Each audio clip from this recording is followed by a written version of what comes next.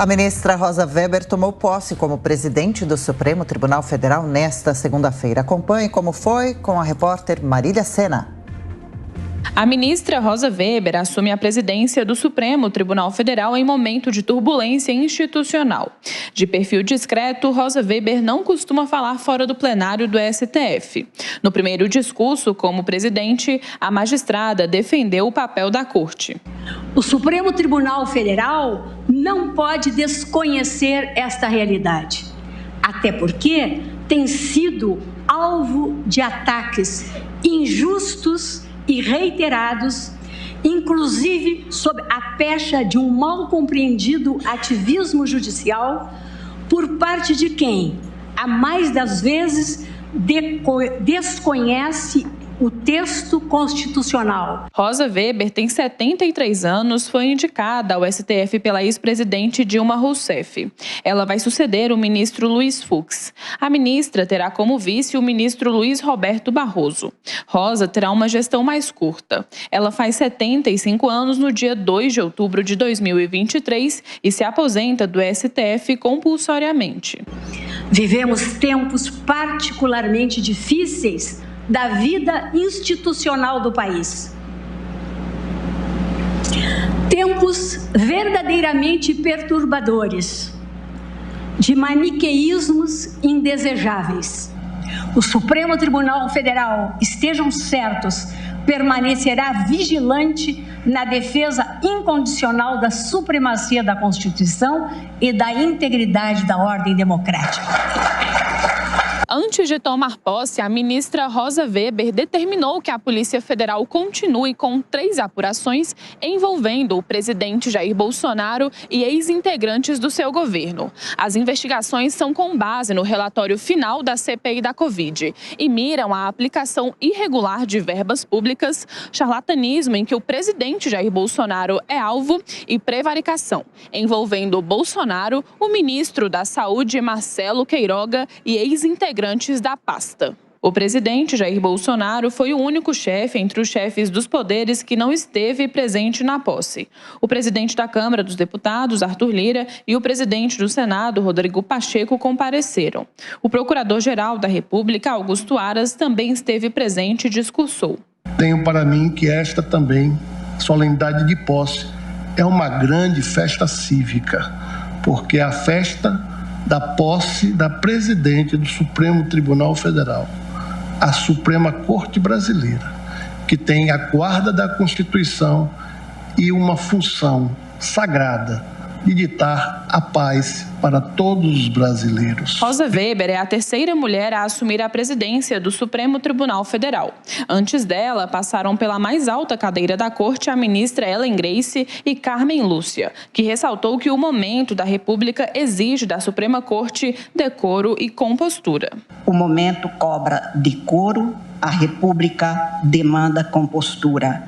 Tudo que Vossa Excelência tem para servir de exemplo em tempos de desvalores muitas vezes incompreensíveis.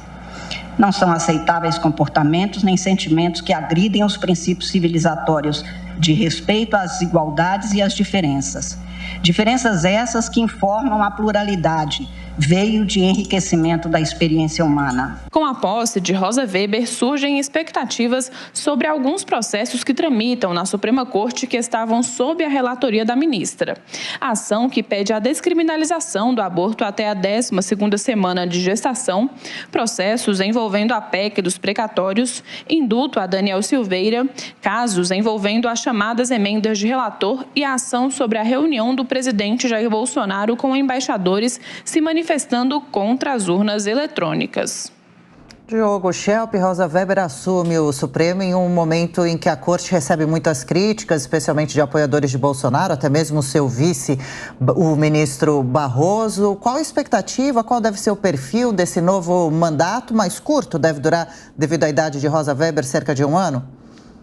Pois é, um mandato curto, mas num período crucial. Ela pega aí essa reta final do primeiro turno das eleições, pega também o segundo turno, ainda que o STF tenha o seu protagonismo agora ofuscado pelo protagonismo assumido pelo TSE nesse período eleitoral, E ela vai ser também a presidente do STF durante o período do próximo mandato, primeiro ano do próximo mandato. Então, uma função importante. Claro que o presidente do STF tem um poder que é mais regimental do que qualquer coisa, porque ele não controla as ações nem os votos dos outros ministros, nem poderia, mas ele tem também, como presidente do STF, uma função política, né, de interlocução com os outros poderes, e essa é uma função importante.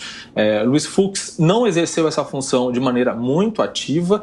Rosa Weber também tem um perfil mais discreto, que é um perfil positivo no sentido de que, ao contrário de outros ministros do STF, ela não tem o hábito, por exemplo, de dar muitas entrevistas, de participar de eventos no exterior, de fazer discursos com cunho político. Ela fala pelos autos ou fala em plenário. É óbvio que isso não significa que ela não esteja alinhada com os outros ministros nessa defesa da instituição, como ela mesma deixou bem claro no seu discurso. Então ela deve fazer uma presidência que reforça essa defesa institucional, obviamente, que muitos veem como um corporativismo, mas com um perfil mais discreto, o que certamente é positivo.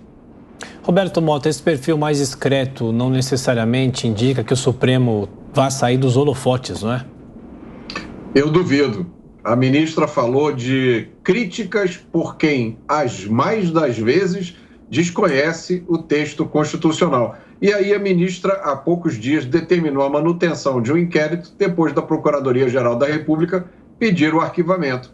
Mas a Constituição diz que se o MP pedir o arquivamento, o juiz tem que arquivar. Então, o que a gente pode esperar agora? Não vamos esperar grandes mudanças. Vamos lembrar do passado recente, vamos lembrar do inquérito da fake news, um inquérito aberto de ofício para apurar um crime que não existe no ordenamento jurídico brasileiro. Vamos lembrar do inquérito do Daniel Silveira, em que a mesma pessoa foi vítima, acusador e juiz, em um processo que ignora a garantia constitucional de imunidade parlamentar. Vamos lembrar do inquérito dos empresários, em que pessoas de bem receberam a visita da polícia, tiveram o celular apreendido e as contas bancárias bloqueadas pelo crime de dar opinião num grupo de WhatsApp. A PGR também está pedindo o arquivamento deste processo. E, por último, o inquérito mais kafkaniano de todos contra o presidente da República por ter lido uma matéria da grande mídia. Bom, antes de defender a Constituição, é preciso cumprir a Constituição.